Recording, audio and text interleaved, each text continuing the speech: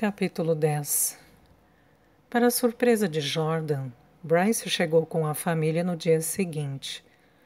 Disse logo que pretendia acordar ali no dia do casamento, porque só assim acreditaria em tal façanha. E como sugeriu o conde, eles trouxeram os 4 filhos mais novos, incluindo o bebê que Luísa adorou conhecer. Ela pretendia aproveitar a experiência de Angela para descobrir mais sobre crianças. Afinal, não lidara com elas nem no seu tempo, quem dirá agora.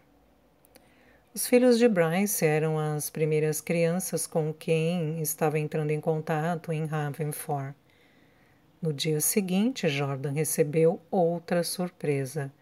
Jared, Lord Braydon, chegou acompanhado da esposa e do filho. Lady Nadia era a segunda mulher do conde e estavam casados há apenas 1 ano. Ela ostentava uma pequena barriga de 3 meses de gravidez. O menino de 8 anos era fruto de seu primeiro casamento que, assim como o do conde, terminou de maneira trágica. Era mais um ponto que os levou a se identificar e estabelecer amizade anos atrás. A esposa de Jared fora assassinada à sua frente e a do conde cometera suicídio. Era um jeito infeliz de identificação, mas muito real. Luísa notou que Jordan ficou muito contente por seus únicos convidados de honra terem vindo. Ela não tinha convidados. Havia 3 pessoas que ela gostaria muito de convidar: Marcel, Afonso e Peg. Mas isso era impossível. Assim como convidar a própria mãe, pois Helene não tinha mais uma. E a dela talvez não viesse, mesmo que pudesse atravessar pelo mesmo corredor que a levou aquele tempo. Mesmo tendo certeza que naquele tempo não havia algo como despedidas de solteiro, Luísa teve certeza que Jordan, Maury, Cold, Bryce e Jared estavam trancados lá no gabinete jogando, bebendo e tendo conversas de homens. A grande diferença era a falta de strippers, cassinos e coisas do tipo que já eram lei nas despedidas do século XXI. Bem, ela estava feliz por isso, pois se os 3 resolvessem ir a tal casa onde havia umas moças simpáticas, os 5 apanhariam. Aliás, Cold era o único desimpedido. Betcha dizia que ainda não aparecera a moça que conseguisse fisgá-lo, pois era um rapaz muito arredio. Erin falava dele com brilho nos olhos e pura admiração feminina. Mas a avó dizia logo que era apenas sonho de menina, pois ele não gostava de garotinhas. Erin reagia, mas para Luísa ela era uma garotinha de 15 anos. Era uma graça e pequenina, pois aparentava ser mais nova do que era. Ela provavelmente ficaria baixinha como eram sua avó, tia e mãe. Todas eram bem baixas, bem mais baixas do que Helene, que Luísa achava ter a sua altura de 1,70 m. Elas deviam ter 1,5 m. Naquele dia, mais convidados chegaram. Pelo jeito devia ser uma regra não chegar no dia do casamento, pensava Luísa. Mas a pequena lista estava completa. O resto das pessoas seria local. Jordan ficou um pouco chateado por Betcha e Délia terem inventado que ele não poderia ver a noiva nem na noite anterior e muito menos antes do casamento. Mal sabia ele que foi Luísa quem disse isso. Mas logo deixou para lá, sua perspectiva ia muito mais além. Em poucas horas ela seria completamente sua. Jordan sorria sozinho, aproveitando aquela felicidade diferente e enternecedora que chegara como uma novidade e agora era uma certeza. Nunca mais queria deixar de se sentir assim. Não vejo Devon desde ontem. Eu disse que para dar sorte o noivo não devia ver a noiva nas horas anteriores ao casamento, mas não precisava tanto, disse Luísa, achando estranho nem encontrá-lo. Erin já havia se acostumado a escutá-la chamá-lo por esse nome, e não demorava mais a responder por não ligar o nome à pessoa. Minha avó disse para Milord ficar longe daqui, lembra-se? Além disso, ele saiu. Saiu? Para onde? Foi visitar os filhos. Erin olhou para baixo. Às vezes ele vai. Filhos? Luísa pulou de pé, soltando a costura. Sim, milady, estão enterrados em outro local. As sobrancelhas dela se levantaram ao ouvir a palavra enterrados. Mas Milord sempre vai sozinho e sem avisar. As pessoas daqui ainda levam flores para os pequenos em seus aniversários, mas ninguém toca no assunto. Jamais. Milord nunca fala. Só vai até lá uma vez ao mês. No inverno, ele vai apenas uma vez, pois toda a área fica coberta de neve espessa. É um vale mais baixo. Ele fica lá um tempo apenas olhando. Luísa foi franzindo a testa enquanto escutava o pequeno relato de Erin, que era sua principal informante sobre as histórias de Ravenford. Pelo menos aquelas que ela não teve como saber apenas lendo o que o conde escrevia, porque ele nunca escrevera sobre os filhos, assim como não falava deles. Ela vira essa parte das pesquisas de Marcel. Jordan apenas noticiava a morte como um dado. Era apenas: meu filho morreu esta manhã, Deus o tenha. E não escrevia mais nada na página. Podia parecer que era por insensibilidade, mas era vazio. Cada morte levara um pedaço tão grande dele que não conseguia dizer mais nada. Daqui dá para ver o local? Indagou Luísa. As árvores escondem o local exato, mas dá para ver sim. E como fica mais abaixo, ao chegar perto é possível avistar. Mostre-me. Ingenuamente, Erin foi até a janela e apontou o local a Luísa, que memorizou. Ela tinha um ótimo senso de direção e era louca o suficiente para entrar numa floresta onde nunca esteve. Ela fechou a janela e foi andando até suas botas de couro. Pegou sua capa e prendeu-a, puxando o capuz para cima da cabeça enquanto enfiava a longa trança para dentro. O que Milady está fazendo? O que você acha? Em pouco tempo, como criada pessoal da Lady, Erin já estava ficando rápida no raciocínio. Afinal, era comum Luísa resolver tomar alguma providência do nada. E isso sem contar as ideias estranhas que tinha e as perguntas descabidas que fazia. Erin ficava imaginando de onde a Lady havia vindo, pelas coisas que ela deixava escapar aqui e ali. Parecia um lugar atípico demais. Mas Milord sempre vai sozinho, jamais fala com ninguém, não devia ir lá. Esse é o problema. Milord sempre vai sozinho, jamais fala ou escreve sobre isso há anos. Ele jamais vai escrever ou dizer, jamais vai deixar a dor sair. Vai morrer com ela, o sufocando, se eu não fizer nada. Pensou Luísa, que já lera tudo o que ele escreveu na época das mortes. Erin foi a seguindo pela escada, também já estava começando a ficar acostumada a descer a escadaria, correndo atrás da Lady, toda vez que ela subitamente resolvia fazer algo que supostamente não deveria fazer. Mas Milady vai sozinha? Perguntou Erin. Luísa olhou para a égua que montara quando fora ao mercado. Ficou apreensiva por estar sozinha, mas balançou a cabeça e pensou: vamos, Helene, você monta desde criança, deve ser ótima. Ela montou e, depois de um segundo de hesitação, segurou as rédeas e bateu o calcanhar ao lado da égua, que logo entendeu o comando e saiu num trote rápido. Cold saiu correndo de dentro do castelo e nem teve tempo de se vestir apropriadamente. Apenas afivelou as armas e pulou para cima do cavalo que o esperto cavalariço aprontara junto com o da Lady. Milady, pode me dizer para onde pretende ir com tanta pressa? Gritou assim que a alcançou. Para lá, Luísa apontou. Entendo sua vontade súbita, milady. Ele disse, obviamente mentindo. Mas a partir de agora nunca mais vai sair sem mim. Horas.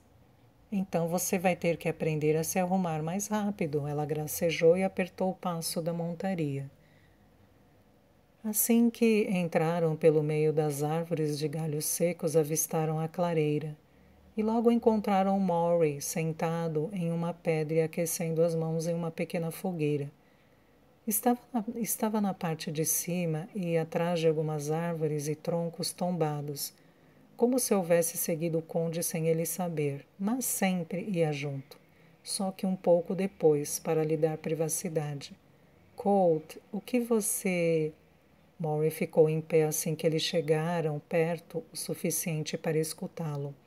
A Lady fugiu, respondeu, fazendo Maury olhar para ela. Não me olhe com essas caras de paspalhos, ela disse assim que o cavaleiro lhe ajudou a desmontar. Eu precisava fazer isso. Luísa foi andando até a beira da clareira e olhou o conde que estava de costa para eles. Lembrou-a muito da visão que tinha da janela. O cavaleiro solitário ao longe, trajando roupas escuras, com a capa tremulando e o cabelo claro dançando ao vento. Só que ali não ventava, como no alto da colina onde ficava o castelo. E com o frio que estava, ele usava roupas pesadas e as pontas do cabelo estavam escondidas para dentro do capuz. Você veio sozinho com ela? Maury perguntou a Cold. Somos apenas um para cada um deles. Não devemos ser pegos desprevenidos, ainda mais depois do que aconteceu. E você acha que deu tempo de chamar mais alguém? Indagou Cold. Além disso, o conde não ia gostar nada que trouxéssemos uma multidão de homens justamente para esse local. Para todos os efeitos, nem estamos aqui. Luísa encontrou facilmente o local para descer. Aproximou-se devagar e parou um passo atrás do conde. Reparou que havia 3 pequenos túmulos com nomes e datas inscritos, junto com cruzes no topo. Na base havia alguns detalhes entalhados. Jordan virou o rosto e franziu a testa ao vê-la ali, mas apenas voltou a olhar para a frente. Ela entendeu logo que ele não ia iniciar o assunto. Pelo menos não a mandou embora e nem fugiu. Você nunca falou dessa época da sua vida, ela comentou. Ele demorou um pouco, mas respondeu. Não tenho muito o que falar. Tem sim, Devan. Nunca é tarde para começar. Ela pausou, mas ele nem se moveu. Estamos prestes a prometer o resto da vida um ao outro. Então, quem melhor para saber o que veio antes? Vou guardar muito bem, eu lhe prometo. Jordan ficou quieto, apenas fitando algum ponto à sua frente. Luísa resolveu fazer mais uma tentativa, ajudando-o a tocar no assunto. Se não negara veementemente, talvez estivesse ponderando, ao menos era um bom sinal. Ela deu um passo sem passar à frente dele, apenas para conseguir ler os túmulos. Eu pensei que eram 3 meninos, ela murmurou, olhando os túmulos marcados pela pedra entalhada em cima e a cruz no topo. Ele assentiu e fitou o túmulo da menina de forma demorada. Eu sinto tanto. Ela murmurou e sentiu os olhos arderem apenas por olhar aqueles pequenos túmulos, alinhados, lado a lado. Luísa não podia explicar a ele que já sabia, e não por ter escutado boatos no castelo. Ele mesmo lhe contara cada morte em apenas uma frase dolorosa, seguida por vazio e sofrimento, escondido por trás de cada palavra escrita. nos dias que vieram. Era como se a tinta ficasse mais pesada a cada ano que passava, e uma nova morte era derramada naqueles escritos. Agora se sentia uma intrusa, sem direito algum de saber isso, mas olhando para ele, tinha plena consciência que, na verdade, não sabia nada. Apenas encarando as palavras, não podia olhar seu semblante como fazia agora. Ela faria de tudo para não deixá-lo sufocar naquela dor tão bem escondida pela figura do conde, mas nada faria doer menos. Não sabia se teria força para suportar o mesmo fardo. A dor no rosto dele, enquanto seus olhos úmidos plantavam-se longamente sobre aqueles túmulos, já era demais para ela aguentar de cabeça erguida. Mas não importava como, ela o sustentaria, enquanto ele mantinha os ombros firmes sob o peso da dor.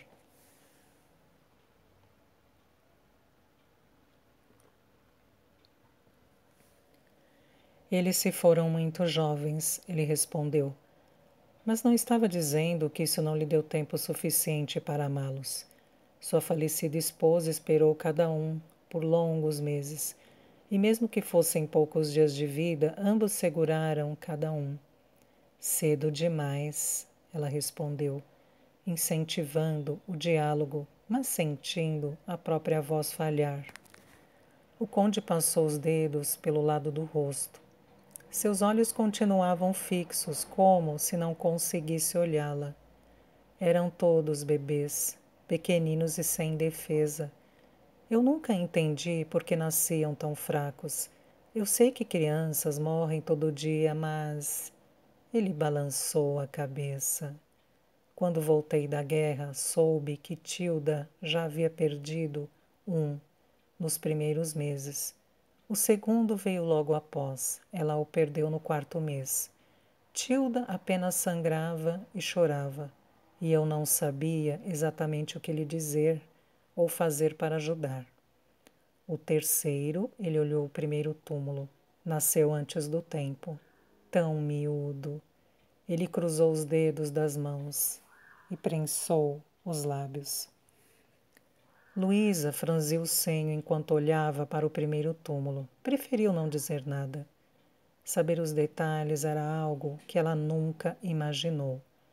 Todos sempre souberam apenas os dados, até mesmo Marcel, com seus anos de pesquisa. Só sabia que os bebês morreram, sem explicação, com data registrada pelo conde. Jordan nunca escrevera sobre os 2 abortos. Creio que ele já nasceu muito fraco, morreu dormindo no primeiro mês. Ela demorou a se recuperar da perda, afinal foi quem o encontrou. O quarto, ele apenas moveu os olhos para o segundo túmulo. Nasceu normalmente, no tempo certo. Jordan apertava as próprias mãos. Ele nunca conseguiu manter o pescoço ereto. Uma noite, já em seu terceiro mês, ficou febril, num inverno como esse. Ela virou o rosto e o olhou. O único sentimento que podia ver na face dele era dor. Ela nem podia imaginar como era sentir tamanho pesar. O semblante dele se transformara. Dentro de seus olhos desfocados, ela podia ver o quão fundo ele estava indo para descrever tudo em simples palavras. Luísa perdera o pai aos 10 anos, mas, sinceramente, tinha mais lembranças saudosas do que dor. Sentiu muito na época, mas agora era também uma memória. Uma saudade dolorosa que às vezes batia em seu peito, não uma dor pulsante como via nele. Também havia Helene, que mal se lembrava dos pais, e tinha muito mais ressentimento pelo que fizeram com o que eles deixaram do que dor verdadeira pela perda. Era tão pequena quando eles se foram que suas memórias foram evocadas pelas descrições da irmã. Ela sentia mais a morte dos tios, mas vinha acompanhada de raiva depois foi por isso que ela e a irmã caíram nas mãos de Reeves. O conde olhou o último. Pertencia à menina. Ele mordeu o lábio com mais força. Ela percebeu que aquela perda foi a que mais o machucou. O queixo dele tremeu e Jordan precisou de mais alguns segundos antes de conseguir falar. Mas franziu o senho, provavelmente forçando-se a ser forte, como vinha fazendo há anos. Luísa quase podia enxergar a ferida profunda e aberta, que nunca cicatrizara, e ela estava fazendo abri-la ainda mais. Como naquele tempo era muito comum que as crianças morressem, as pessoas chegavam a imaginar que os pais se acostumavam e que talvez nem machucasse tanto. Mas ela descobriu ali que era bem diferente. Deus deu-nos esperança. Ele disse com a voz embargada. Nós a chamamos de Avery. E parecia um anjo. Seu cabelo era tão claro que de longe mal dava para ver. Fui a mais esperta dos três.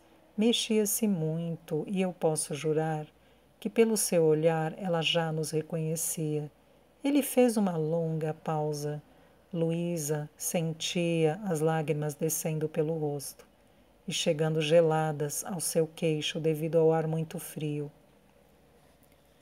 Eu pude realmente ficar com ela. O conde continuou o relato, fazendo de tudo para não se deixar afetar. Até emitia sons e apertava meus dedos. Tilda não conseguia ficar muito tempo com ela, tinha medo de se apegar. Eu a entendia, mas... Ele balançou a cabeça e olhou para baixo. Eu não sei o que aconteceu, eu não sei. Foi tão súbito quanto os outros. E eu não pude fazer nada, absolutamente nada.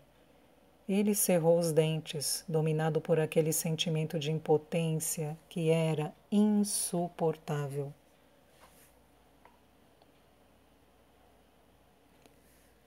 Luísa viu que uma lágrima desceu pelo rosto dele.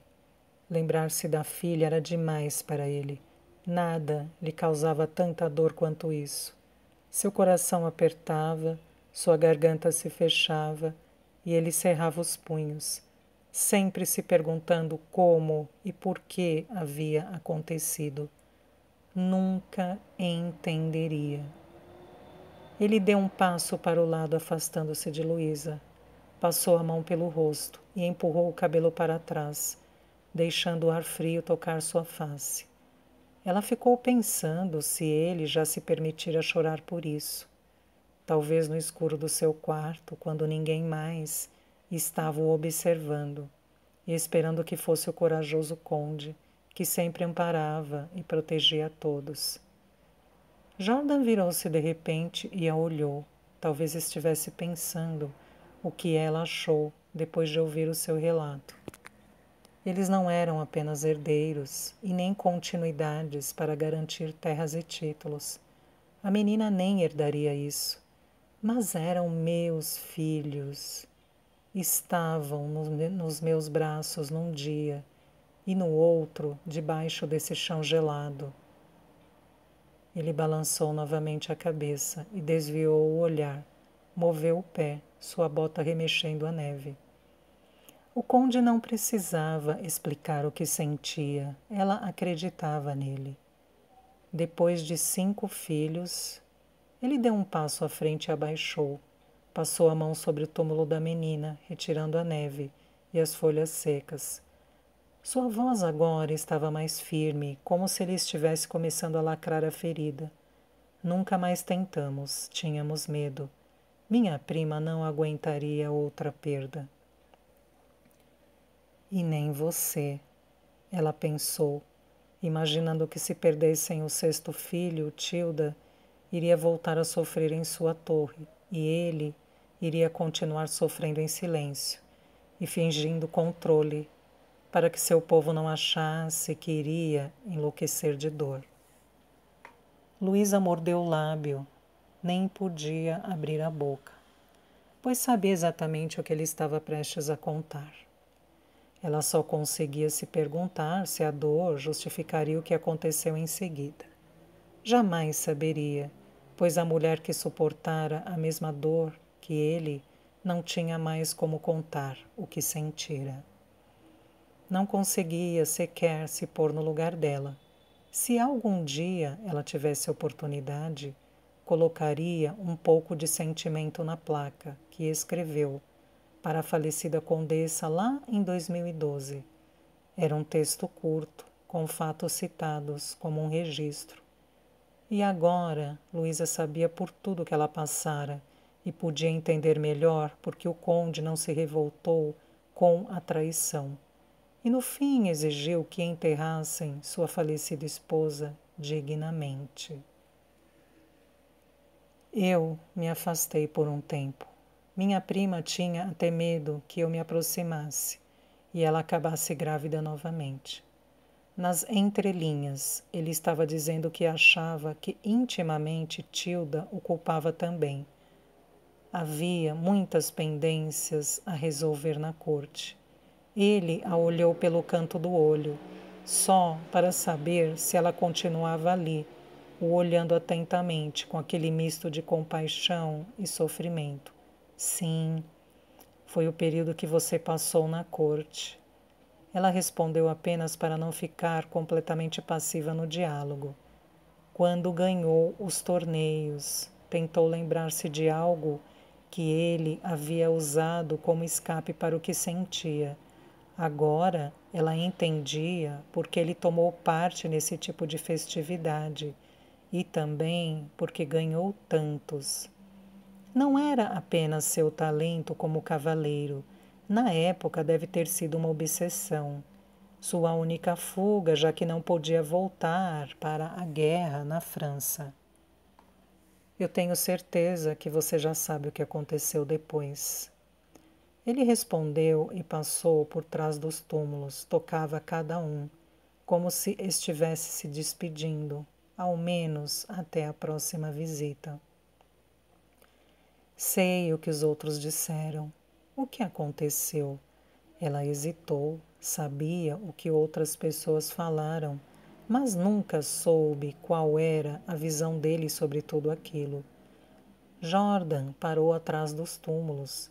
Não esperava que ela fosse perguntar, mas apenas que fosse confirmar já ter escutado por aí o que se passara naquela época. Mas essa parte era mais fácil de contar. Era só relatar os fatos, como se apresentaram para ele, pois infelizmente não pôde mudá-los. Quando retornei, soube que Tilda tinha um novo bebê.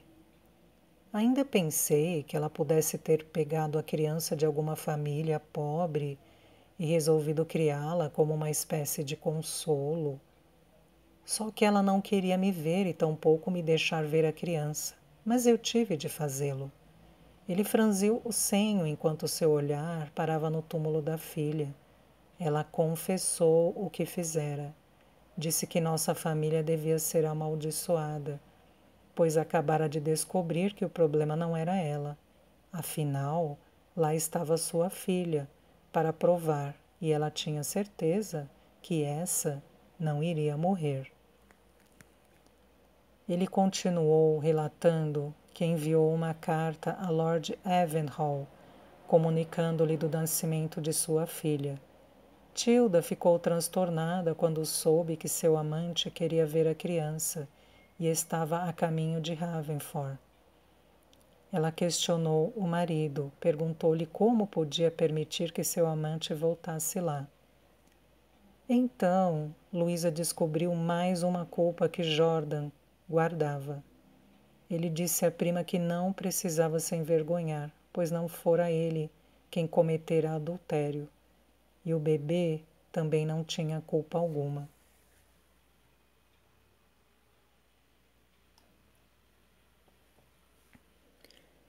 Ele pretendia enviar Tilda para os pais, onde poderia criar a filha, e tentar superar o sofrimento pelo qual passaram. Ele também não era feito de ferro, e conviver com a filha de outro homem debaixo de seu teto, enquanto todos os seus filhos morreram, não ia ser possível. Como Tilda se jogou da torre na manhã seguinte, antes da chegada de Evanhall, o conde somara aquilo à parcela de culpa que já imaginava carregar.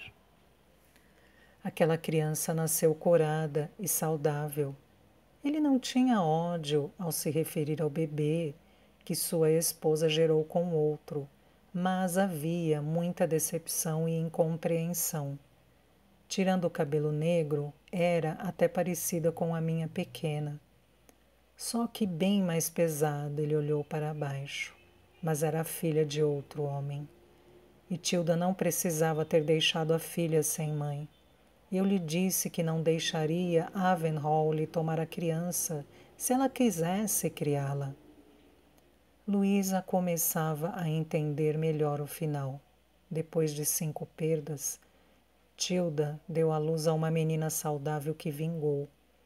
Então ficou muito envergonhada, pois todos sabiam que o bebê não era do conde e, por ironia do destino, era o único vivo.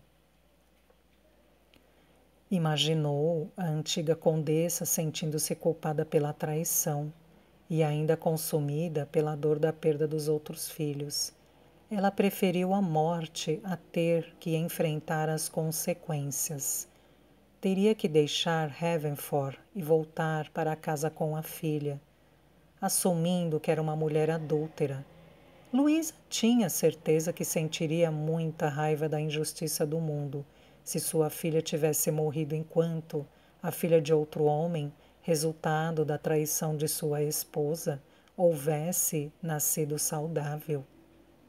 Não podia culpar o pobre bebê que esperava estar sendo bem cuidado na casa do verdadeiro pai, mas porque tudo precisava ser sempre tão injusto. Não sabia como teria se comportado no lugar dele. Acho que é melhor voltarmos. Vai nevar. Ele murmurou, evitava olhá-la. Talvez estivesse envergonhado por revelar tanto do que sentia e parecer fraco. Venha aqui. Ela ofereceu seu conforto tardio, mas bem na hora de tirar o peso do silêncio daquele coração que já carregava dor demais. Jordan relutou, dividido entre aceitar o conforto e permanecer sendo a figura forte que tinha obrigação de representar, mas cedeu para ela que conseguira sua confiança para que dissesse o que vinha guardando. Ele não contara em detalhes, nem ficara descrevendo suas dores e preocupações. Apenas falar desse assunto já englobava todo o resto. Ele foi para perto dela e inclinou-se em sua direção, aceitando o abraço. Era sempre ele quem a abraçava, por ser maior e tão protetor, mas dessa vez foi ela quem o abraçou. Passou seus delicados braços em volta daqueles ombros largos e o confortou e protegeu, como se fosse 2 vezes maior do que ele, e não o contrário.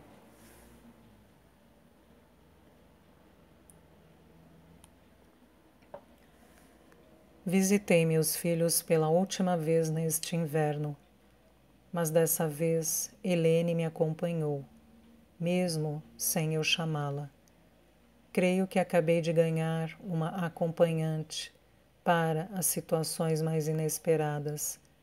Ela muda minha vida diariamente. Espero com anseio pelo momento que vou deixar de sentir o peso do anel em meu peito, para vê-lo em seu dedo. Bettia estava uma pilha de nervos. Andava de um lado para outro. Queria que tudo saísse absolutamente perfeito. Afinal, era o dia do casamento do Lorde. Seu amado conde, aquele que ela adorava como se fosse seu, enfim teria outra chance. Tudo tinha que sair perfeito. Ela estava muito mais nervosa do que a noiva, que desde que acordara, mergulhara em um estado de contemplação e calma. Sua expectativa estava controlada e Luísa procurava manter sua mente ocupada. Aqui, milady, pode vestir, disse Erin, sentindo-se muito importante por segurar o vestido de noiva. A pobre menina havia ficado triste, achando que seria deixada de lado na preparação da noiva. Tudo começou na noite anterior. Luísa pedira tiras de linho, sua navalha nova e quis ficar sozinha com aquele pequeno caldeirão fumegante, que Erin não sabia o que tinha dentro. Um pouco tempo depois, Bettia irrompeu desesperadamente pelo quarto, pois achou que a moça queria se matar justamente na noite anterior ao casamento. Foi um verdadeiro auê. Délia chegou logo depois, com uma cesta enorme, pronta para usar tudo o que tivesse para reanimar a noiva.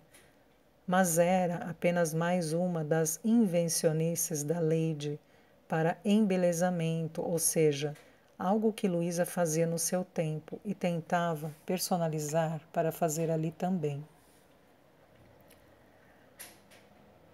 O acontecido acabou estragando a ideia de que os noivos não deveriam se ver. Com o escândalo de Bettia e Délia gritando pelo corredor para deitarem a Lady, que ela estava chegando. Luísa teve de explicar pessoalmente a Jordan que estava apenas executando uma tarefa feminina e não queria ser interrompida. Ele teve a decência de não pedir detalhes, mas mandou Délia dar um negócio para pagar Bettia até o dia seguinte. Depois do vestido, Luísa deixou que Erin penteasse seu cabelo, mas não queria trançá-lo, para não perder o formato natural. Ele foi dividido ao meio e escondido sob o véu. A capela no alto da torre já estava repleta de convidados. Nem todos que estariam presentes na festa poderiam estar no casamento, pois não havia espaço. O conde estava pronto para arrasar o coração de qualquer lady, usando sua vestimenta azul escura, com o gibão da mesma cor, a jaquete com pele clara e bonita, e a túnica nas cores do seu brasão. O cabelo loiro estava preso por uma fita de couro. Seus olhos brilhavam tanto que estavam até mais azulados, e o sorriso era contagiante. Os detalhes vermelhos de sua túnica combinavam perfeitamente com o vestido da noiva. Erin e outras moças formavam a comitiva da noiva e ajudaram com o vestido, pois tiveram de subir a escadaria da torre. Ao passar pelo corredor de madeira que ligava um prédio ao outro, Luísa olhou distraidamente para a paisagem tão à mostra pelos lados abertos do corredor. A capela parecia feita para a ocasião, pois era repleta de vermelho, mármore, pedras, dourado e vitrais. Os convidados trajavam vestes formais que eram muito diferentes do que Luísa estava acostumada a ver em seu tempo, mas ela só foi reparar nisso bem mais tarde. Quando ela parou na entrada da capela, soltou o ar lentamente, exibiu um sorriso e seguiu. Cold estava todo pomposo e orgulhoso por escoltá-la ao conde. Ele seria o protetor pessoal da nova condessa e a defenderia com a sua vida, do mesmo jeito que defendia o conde. Maury, por sua vez, estava próximo ao conde, observando a chegada da noiva. Jordan sentia o coração acelerado, um rebuliço na boca de seu estômago e uma sensação de deslumbramento que não lhe era comum. Sentia que havia um sorriso em seu rosto que ele não conseguia apagar mesmo que quisesse. Observava a noiva deslizando em sua direção, iluminada pelos reflexos coloridos dos vitrais e brilhando envolta em tecido. Era uma visão incomum feita em branco, dourado e o vermelho de seu corpete e seu cabelo. A beleza da combinação o enervava. Seu nervosismo crescente atrapalhava sua respiração. Mas antes que se tornasse pior, Cold o encarou, levantando a sobrancelha e fazendo uma cara engraçada. Ao mesmo tempo, Jordan sentiu o leve toque em seu braço. Ele se moveu e segurou a mão de Luísa. Estava de volta à realidade. No mesmo instante, tudo passou. Enquanto virava-se para o padre e segurava a mão dela, seu coração ficou plácido e sua respiração regular. Padre Offrey abriu os braços abençoando-os e também ao seu caminho e aos seus filhos. Iniciou a cerimônia, que não foi longa, até o padre parecia estar com pressa de oficializar logo a união, que na verdade era mesmo apressada. Nem houve proclamas e ele sabia que a noiva fora prometida a outro. Mas depois que os abençoasse, seria tudo passado. Tinha certeza que seu lorde podia lidar com isso, mesmo que ele soubesse que a carta de aprovação do duque ainda não havia chegado. O conde virou-se de frente para Luísa. Deveria tirar o anel do bolso ou recebê-lo de alguém, mas tocou o cordão de prata em seu pescoço e o puxou para fora da túnica. Pendurado a ele estava o anel, grosso e valioso. Não era uma aliança nem de longe. Era o anel dos Warrington, colocado no dedo da condessa no dia do casamento, no dia que desse à luz ao primeiro filho, ou, segundo a tradição, no dia em que o amor existisse dentro da união. Havia poucos itens materiais que Jordan estimava tanto. Entre eles estavam sua espada, sua pena, seu tinteiro e esse anel. Os outros cavaleiros até achavam estranho que ele incluísse pena e tinteiro, mas ele sempre respondia que cada situação pedia um tipo de arma. E em algumas delas uma espada não servia, era quando entrava a pena, uma arma que podia ser tão ou mais poderosa quando bem empregada. Mas o anel estava longe de ser uma arma, apesar de seu valor material, sendo de ouro finamente talhado e incrustado por pedras preciosas, ele não o via como uma joia. Dar aquele anel era como entregar a parte que faltava de si. Poderia desembainhar sua adaga nesse momento, abrir o peito e retirar seu coração, que daria no mesmo. E o anel ficava exatamente junto a ele, batendo à frente de seu peito. O toque do metal sobre a pele, lembrando-o de sua presença.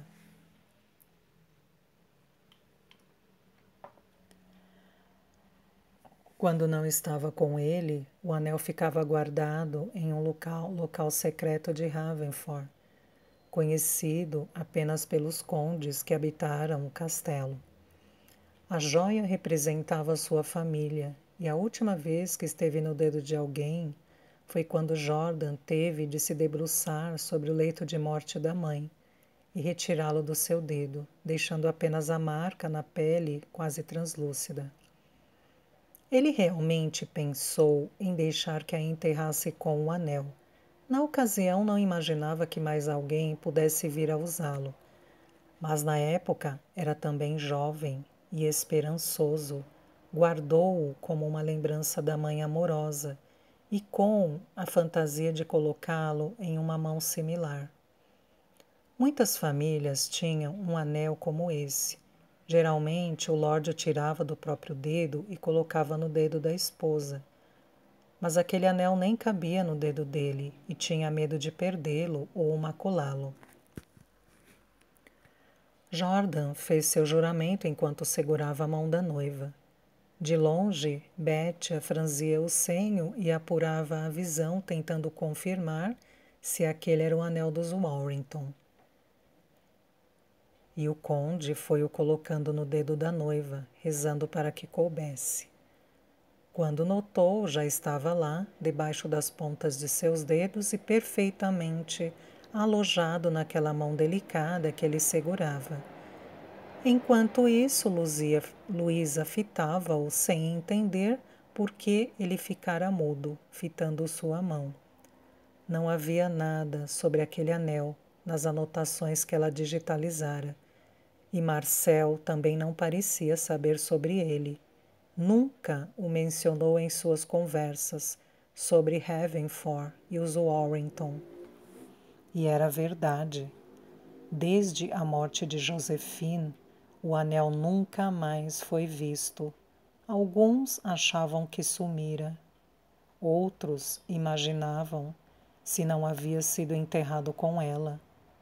Tinha gente que achava até que era maldição, e os Warrington não conseguiriam progredir enquanto não achasse o tal anel que os representava.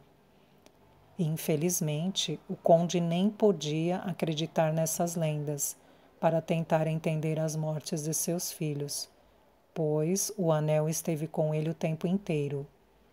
Seu pai só colocou a joia no dedo de sua mãe quando se apaixonou por ela, e isso foi após o casamento. Ele nunca se apaixonou por Tilda, não podia dar-lhe a joia, era uma tradição. O conde de Havenford pertencia de corpo e alma à dama que tivesse aquele anel em seu dedo.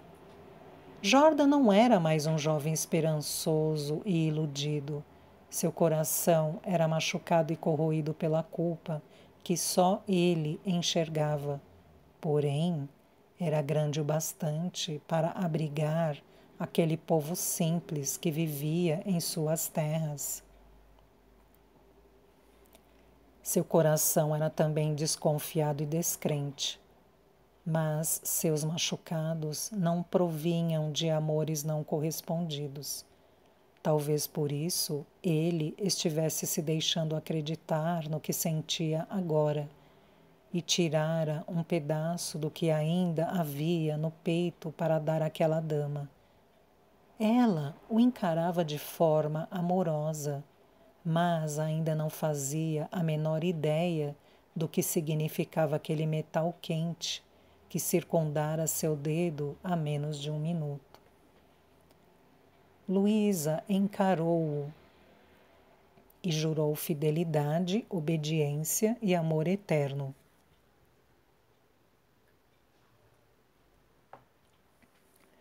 Ela deu ênfase a cada palavra, falando pausadamente. Havia sinceridade ao jurar fidelidade. O conde notou um olhar travesso quando ela disse a palavra obediência e teve vontade de rir, sabendo que nesse item ela iria pecar. Aliás, já vinha pecando antes do casamento. Mas ao declarar seu amor eterno, seus olhos brilharam, como se naquelas simples palavras já enxergasse um futuro feliz. Ela sabia que vivia uma realidade incerta. Tudo aquilo podia deixar de existir em um segundo, tão repentinamente como chegara ali. Mas, se a deixassem ficar, ia cumprir seu juramento à risca. Ia amá-lo durante cada dia de sua vida. E se existisse alguma coisa depois disso, e agora que estava ali, ela passara a acreditar em coisas impossíveis, então nunca ia terminar. Sentia plenamente, bem lá no fundo, sem conflito e sem dividir-se em duas, que isso seria verdade. Seu amor era forte como se respondesse por dois corações, e ela achava que precisaria mesmo dos dois para aprender a amar aquele lugar e aquele povo do mesmo jeito que ele, e para ter força o bastante para reconstruir todo o amor dele e partilhar com a família que um dia teriam. O conde tocou seu rosto e lhe sorriu, ao contrário do que realmente gostaria. Queria apenas abraçá-la, fingir que a capela não estava lotada e beijá-la longamente, para ter certeza que estavam mesmo casados. Parecia que havia sido ontem que lhe confessara o que queria à beira do rio. No entanto, dias já haviam se passado e muito acontecera nesse meio tempo. O mistério das cartas, que já não fazia diferença diante do presente que lhe trouxe, ela conquistara sua confiança de jeitos que não imaginara quando ainda estavam apenas escrevendo e fantasiando. Vivas foram emitidos por todo o caminho. Foram felicitados inúmeras vezes e receberam muitos desejos sinceros de felicidade. Pelo menos, dentro daquelas terras, a maioria dos cumprimentos que recebessem seriam verdadeiros. Atravessaram para o prédio principal pelo corredor suspenso. Em poucos minutos estavam no salão. Antes de poderem se sentar, ainda precisavam distribuir muitos cumprimentos e todos queriam chegar perto da nova Lady de Havenford, talvez por seguirem a lei do só acredito vendo. Em certo momento foram separados e um tempo depois o conde passou a procurar pela esposa, que aparentemente não estava mais dentro do salão. Então procurou por Cold, que era uma sombra das mais eficientes. O cavaleiro estava realmente levando a sério sua nova função de proteger a Lady, até mesmo dentro do castelo. Ele alegava que não podia baixar a guarda. Havia muita gente lá dentro por causa da festa. Ia manter os olhos bem abertos e só sossegaria depois que todos houvessem saído e fizessem a varredura de cada canto. Jordan já estava acostumado a receber uma graça e logo depois lhe tomarem, levando em dobro. Estava feliz demais e pelas suas experiências anteriores, isso significava que logo teria algum problema. Só não esperava que fosse tão rápido. Saiu do castelo, seguiu pelo pátio, mas logo avistou Cold encostado na parede e apenas passando o tempo calmamente. Jordan passou por ele e viu que devia parar com isso. E junto com a nova fase da vida, precisava começar a ser mais otimista. Sua dama estava ali, segura e feliz. Estava parada, perto do monte de neve e em um lugar mais alto onde dava para ver a paisagem ao fundo. O jovem Aaron olhava-a fixamente, mas a admiração de seu olhar era diferente da que havia no olhar do conde. O rapaz estava pintando-a. Fazia seu esboço. Era um talento nato. Quando era mais novo, foi resgatado pelos homens do conde, depois de um ataque a seu grupo de artistas, e para não ser mandado embora, resolveu aprender uma habilidade. Sua precisão com o arco e flecha era digna de suas pinceladas. Assim, pôde ficar ali e ainda tinha liberdade para viajar pelos castelos dos vassalos do conde. Estou indo o mais rápido que posso, milord, disse Aaron ao notar o olhar do conde sobre ele. Então vá mais rápido, não quero minha esposa congelada antes do jantar. respondeu Jordan, fazendo Cold e Aaron rirem. Estou indo. Preciso aproveitar o resto de luz do dia. Está muito frio, Helene. Ele foi para mais perto dela, não o bastante para atrapalhar Aaron. Pode pousar outro dia. Não vou me vestir de noiva novamente. Ela respondeu, mesmo que também sentisse os pelos de seu corpo arrepiados pelo vento frio e os pés gelados pela neve. E é claro que Luísa também não fazia ideia que estava posando para um quadro que seria famoso e valioso. A noiva do inverno era como seria chamado. No futuro, o quadro teria seu valor estimado em milhões de euros e seria reproduzido muitas vezes, inclusive como cartão postal da cidade de Ravenford.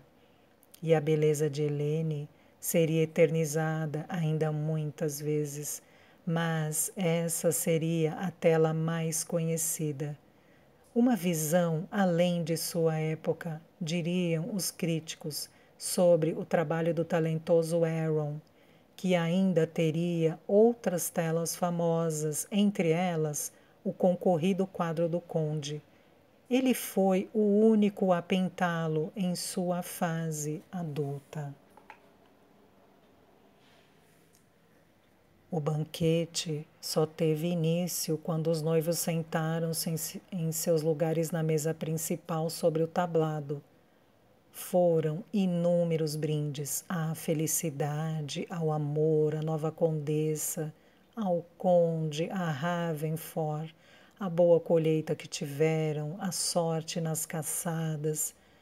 Tudo combinado chegava ao momento de felicidade que viviam agora.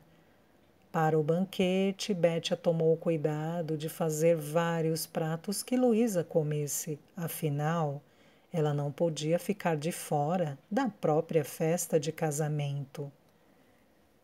Do lado de fora, criados robustos retiravam dos espetos o touro, o porco e o veado que estavam assando para alimentar a todos. Antes que as pessoas abusassem das bebidas, os noivos dançaram. Receberam mais cumprimentos e voltaram para seus lugares. Ficavam na mesa mais alta, sentados em cadeiras de espaldar alto, parecidas com tronos. Eles permaneceram mais juntos do que o habitual, trocavam olhares e toques de mão. E dessa vez não havia olhares aflitos em cima deles, agora eram de pura expectativa. Claro que o povo não se contentava facilmente, mal podiam esperar para acompanhar a relação após o casamento. O conde começara a ficar diferente no dia em que a dama chegou. Estavam todos fantasiando um amor tão arrebatador que resultou na união às pressas, apesar de agora as cartas não serem mais segredo. Mas ninguém mais sabia da forma misteriosa como elas começaram.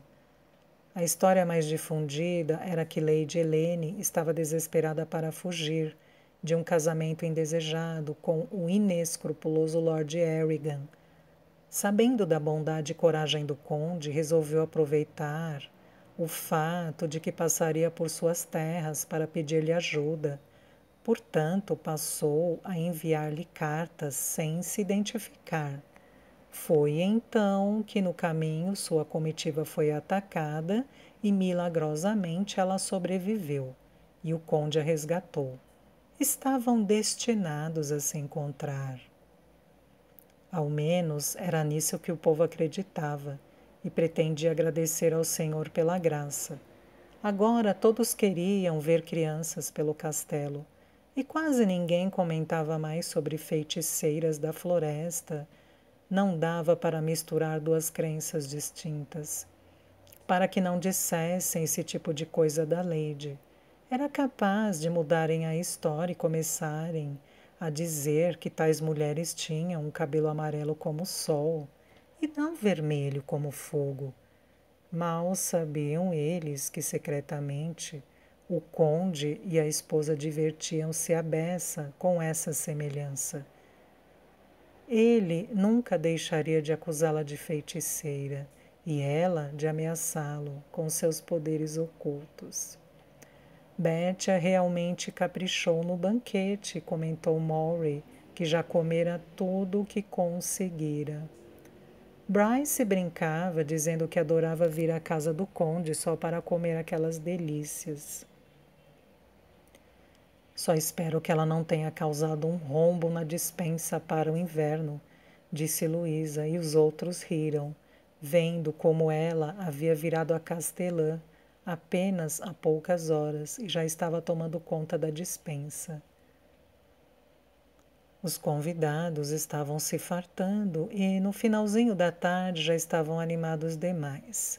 O vinho era forte e não precisavam consumir muita quantidade para ficarem altos. Misturando tudo, a cerveja então já estava deixando as línguas soltas, mas o conde bebeu muito pouco. Na verdade, Luísa só viu o pajem enchendo sua taça na hora do primeiro brinde, e uma vez para acompanhar o jantar, e ele ainda não a beber inteira. Jordan queria estar completamente lúcido quando se retirassem. Bebida não combinava nada com o que ele tinha em mente. Ele segurou a mão da esposa e a beijou. Era o máximo de intimidade que se permitiam ali. Mas gostaria de abraçá-la com força e beijá-la com abandono, agora que não precisava mais sentir-se culpado.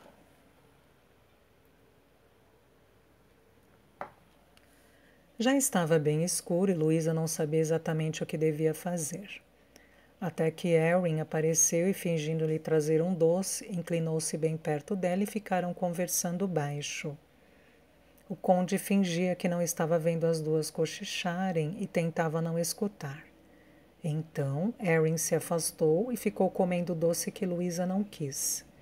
Um pouco depois, a Lady pediu licença bem baixo para não atrair atenção e foi seguindo sua jovem criada da maneira mais discreta que pôde.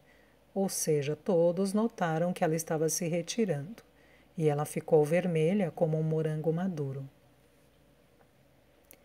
O conde fingia que estava muito concentrado em sua torta doce, para não embaraçá-la ainda mais. Ouviu-a dizendo que demoraria a se ajeitar. Isso significava que precisava de tempo.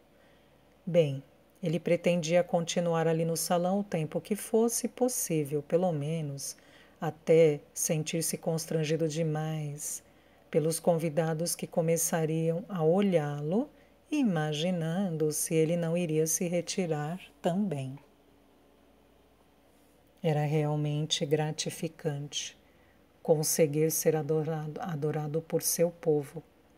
Podia ser constrangedor, mas ele já se acostumara. E agora que estava casado, não precisava ficar se preocupando com nada disso. Podia sair dali a hora que fosse, ir para o quarto ou fazer alguma outra coisa completamente sem cabimento, como pular no telhado cheio de neve, que ninguém iria poder dizer nada. Claro que não estava incluindo a parte em que diriam que ele enlouquecera de felicidade. De sua parte, pouco se importava se diriam que ele se tornara um devasso, mas não podia arriscar a reputação de sua lady. Sabia muito bem que o boato sobre seus inocentes beijos no corredor e o período que ela passou junto com ele no quarto durante sua convalescência havia se espalhado pelos 4 cantos do condado. Mas agora... Jordan sorriu enquanto encarava sua taça. Estava livre para fazer tudo o que quisesse, honradamente. Erin realmente achava a nova lady um tanto estranha. Tinha uns métodos e uns segredos que ela não entendia. Queria sempre tesouras, navalhas afiadas, pedaços de linhos, pastas de mel e açúcar, água quente, recipientes onde pudesse esquentar algo. Gastava mais sabão e água perfumada do que ela jamais viu. E vivia lavando aquele cabelo com as mais loucas misturas que incluíam leite, flores, frutas e o que mais ela quisesse experimentar. E o pior é que incutira no conde várias de suas manias. Eles eram as pessoas mais frescas que ela já conheceu. Se fosse fofoqueira, ia ser mais uma história para espalhar por toda Ravenford. Os hábitos de beleza da nova condessa. A maioria ela nem sabia como era, pois Luísa a expulsava do quarto. Já não bastava aquelas roupas íntimas estranhas que ela ajudara a dama a costurar. Ela chamava as pequenas peças de nomes que Erin nunca escutara e ainda lhe ordenava que não dissesse nada por aí. E a garota, muito dedicada e decidida a permanecer no cargo de criada pessoal, não abria a boca nem para a avó e a mãe. Erin nunca mais queria ir descascar e cortar coisas na cozinha. Também odiava depenar e matar animais. Era muito melhor ficar com a condessa e suas frescuras. A pobre garota jamais saberia como no futuro as manias estranhas da condessa seriam 1000 vezes mais radicais. E ela fazia o que podia para adaptar ao tempo em que estava agora. Não era uma maravilha, era complicado. Ela se cortou no início, até queimou a perna, mas acabou dando o seu jeito. Jordan já estava até sem graça, portanto, cerca de 40 minutos depois levantou-se. Diferente de Luiz, ele não podia simplesmente escapulir pela saída mais próxima. Teve de anunciar sua saída, escutar embaraçosos vivas e vários encorajamentos enquanto deixava o salão, antes que acabasse corado como um adolescente inexperiente. Fugiu pela escadaria e seguiu para o seu aposento, ainda se acostumando com a novidade de não estar mais sozinho por lá. Ele abriu a porta do quarto lentamente e entrou. Erin levantou-se e correu para o lado de fora, deixando-os sem graça pela rapidez. Luísa deu uma risadinha de onde estava sentada, nem tivera tempo de olhar para a menina antes que ela corresse para fora. Ele sorriu e depois soltou o ar lentamente. Quase não reconheceu o próprio aposento. Estava acostumado às cores escuras, mas sua cama exibia colcha e cortinados novos e bem mais claros.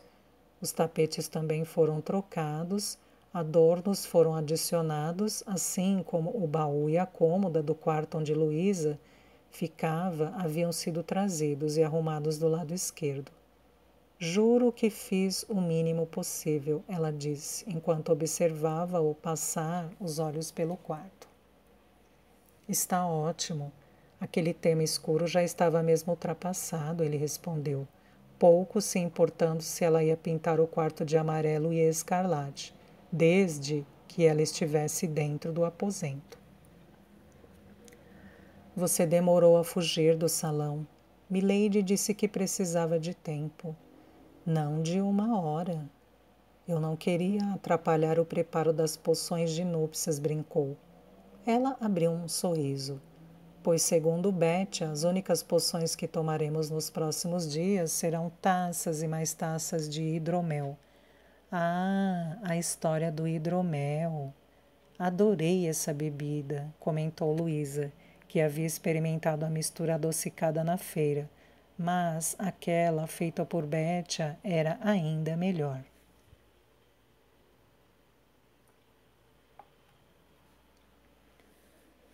Quando ele atravessou o cômodo em direção à nova cômoda, onde estavam dispostos itens para seu uso pessoal, Luísa percebeu que estava mais apreensiva do que pensava. Subitamente, aquela confiança que estivera juntando pareceu um pouco abalada. Soltou o ar e moveu os ombros, dissipando a tensão. Resolvera não esperar na cama, seria um tanto convidativo, demais para uma donzela inocente. E era exatamente o que Helene era. Bem, agora ela também. Tirando a parte de que estava muito mais apreensiva por lembrar-se de sua terrível primeira vez. Toda aquela maravilha que andara lendo nos livros de romance era uma mentirada. Havia sido horrível e não apareceu nenhum daqueles rapazes desconhecidos que brotam do âmago.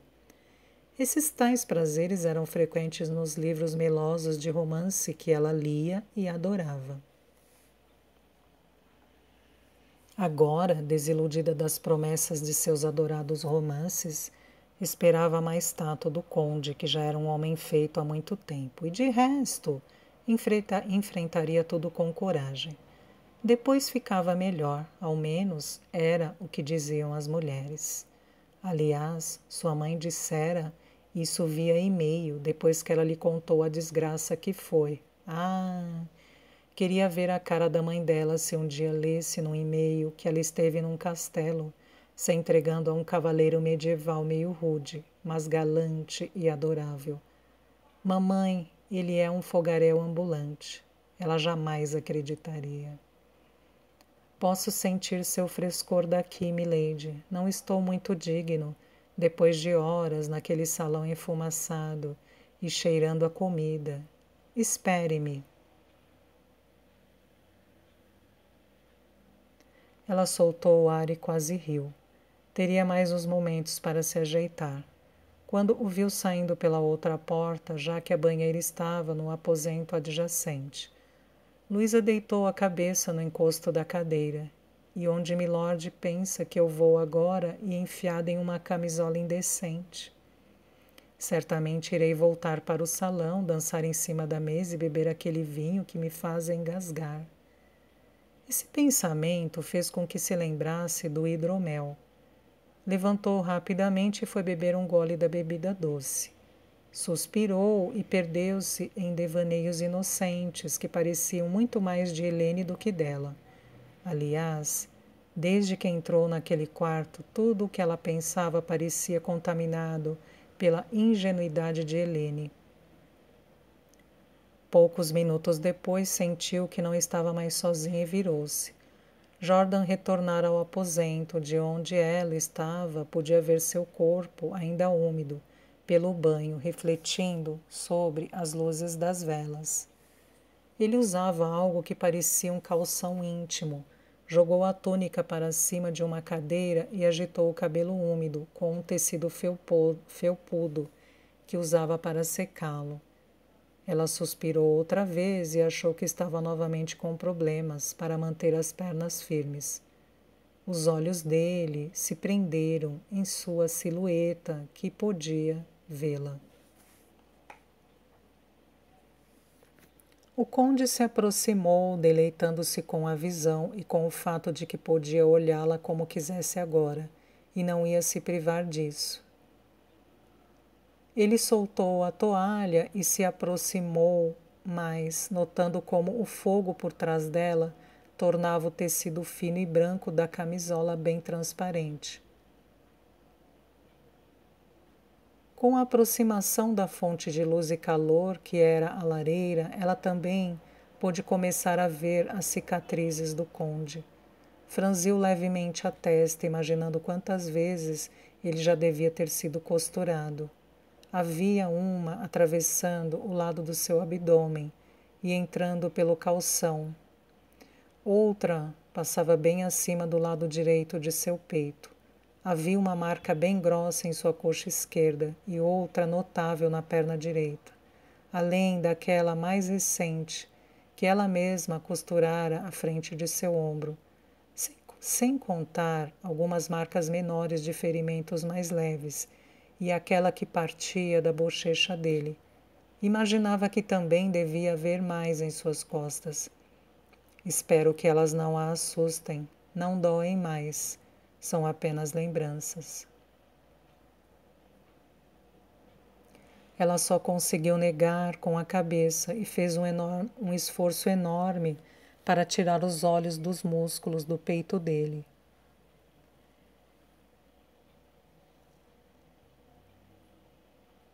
Luísa notou que estava dando a taça para ele. Por que diabos estava lhe entregando sua taça? Ela era justamente seu apoio, estava se agarrando ao objeto decorado, como se fosse cair se não o fizesse. Ele pegou-a de sua mão e seus dedos roçaram o dela.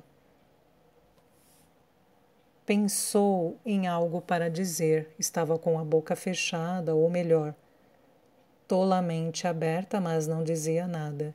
Ela não conseguia raciocinar nada além de meu Deus. Ou, mas que belas cicatrizes! Onde já se viu belas cicatrizes? Onde estava a sua tagarelice em um momento desses? Não assustam, ela respondeu, incapaz de formar mais frases para dizer. O conde voltou um passo e depositou a taça que ela lhe dera sobre a mesa. Virou o rosto para ela e Luísa sentiu uma excitação crescente só pela forma como era observada. Ele já havia olhado dessa maneira, mas de forma menos intensa. Agora sabia o que aconteceria. Luísa sentiu a palma da mão dele contra a sua face, gostava da sensação. Ela moveu o rosto, fazendo-o acariciar sem nem se mexer. Jordan se aproximou e beijou-a nos lábios. Os beijos agora eram naturalmente íntimos. E o fato de o conde não ter mais nenhum peso na consciência pelo que estava fazendo contava muitos pontos para mudar a situação. Ele trouxe-a para mais perto, agora podia colar o corpo ao dela sem contar o tempo que levaria para precisar sair correndo. Luísa suspirou quando ele se afastou dela, mas não foi longe. Ele ficou parado por uns segundos, apenas olhando-a. Ela virou um pouco de lado e deu um passo em direção à cama. Para ela, era algo bem simples do qual sentia muita falta. Mas o conde nunca colocara os olhos em nada parecido com aquilo. Não fazia ideia do que era, mas estava adorando. Bem, milord, eu espero que também não ande pelo castelo nesses poucos trajes. Ela lançou um olhar indicando a única peça que ele trajava. O conde parou a um passo dela e olhou para baixo. Depois tornou a olhá-la. Havia um sorriso mortalmente sedutor em seu rosto. Jordan finalmente tornou a ficar bem perto dela. Mantinha-se tão perto que respiravam um contra o outro e podiam enxergar todas as nuances do colorido dos seus olhos. Creio que meus portões estão enfraquecidos, milord. Peço clemência. Ela declarou, usando seu tom mais sedutor. E só concedo clemência após rendição total e irreversível. Jamais me rendo sem lutar. Então, vamos à guerra, ele declarou, iniciando sua primeira batalha contra os lábios da esposa, que só abandonaria quando já estivessem inchados pela pressão dos seus beijos. A sensibilidade de Helene ia ter que desculpar Luísa, pois ela estava curiosa e ansiosa demais. Luísa não tinha a mesma noção do que acontecera, mas perdera a consciência, pelo mesmo tempo que ele, disso ela tinha certeza. Fechou os olhos e tudo o que sentiu foi tão intenso que o incômodo de sua primeira vez ficou esquecido durante aqueles maravilhosos segundos que deixaram uma sensação de languidez e completude do seu corpo. Novamente, o barulho da lenha crepitando estava lá, acompanhado de respirações ofegantes e corações batendo, ainda em ritmo muito acelerado. Eu me rendo, milord, ela declarou quando sua respiração ficou mais cadenciada. Mas saiba que não vai governar sozinho. Mas não quero governar sozinho, nunca mais. Ela sorriu e tornou a fechar os olhos. Jordan lhe fez carinho na face com a ponta do nariz. Luísa virou o rosto para ele e deu-lhe um leve beijo nos lábios. Luísa achou estranhíssimo quando ele trouxe a bacia de água limpa e morna e o pedaço de linho para limpá-la. Não podia acreditar que, depois de rir tanto das garotas dos livros, a vez dela tinha chegado. Quase morreu de vergonha a despeito de ele já ter feito algo muito mais íntimo com ela. mas teve de reconhecer que foi reconfortante e aliviou o leve desconforto que ficou depois de sua primeira vez, que na verdade era de Helene. Mas Luísa ia tomar a liberdade de substituir sua memória antiga por esta.